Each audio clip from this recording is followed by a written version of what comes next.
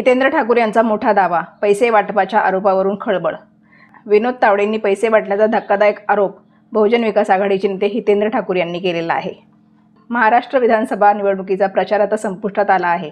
बुधवार 20 नोव्हेंबर रोजी मतदान होणार आहे।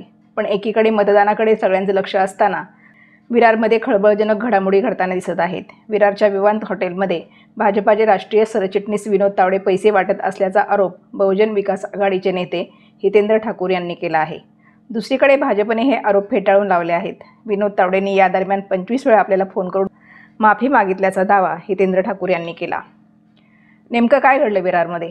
विरार पूर्वच्या मनोरीपाडा परिसरात विवांत हॉटेल आहे। आज सकाळी अचानक खळबळ उडाल्याचं पाहायला मिळालं। भाजपाचे राष्ट्रीय सरचिटणीस विनोद तावडे या हॉटेलमध्ये आले। भाजपाच्या या मतदारसंघातील उमेदवाराची भेट घेण्यासाठी विनोद तावडे या हॉटेलमध्ये आल्याचं सांगितलं जात होतं।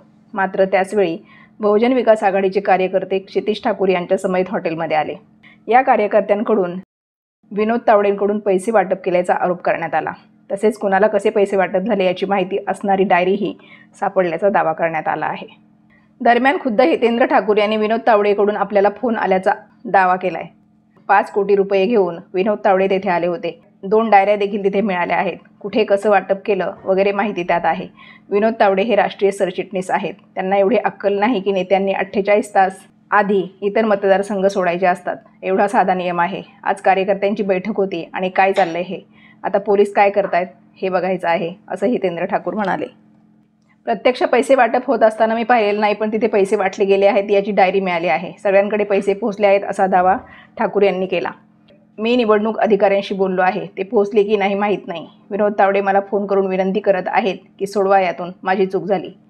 माझ्या फोनवर त्यांचे 25 फोन आले आहेत, तुम्ही बघा, मी ते डिलीट करत नाही। ते मला म्हणत आहेत मला माफ करा, आता जाऊ द्या, असं हितेंद्र ठाकूर म्हणाले। दरम्यान भारतीय जनता पक्षाकडून हे आरोप फेटाळण्यात आले आहेत।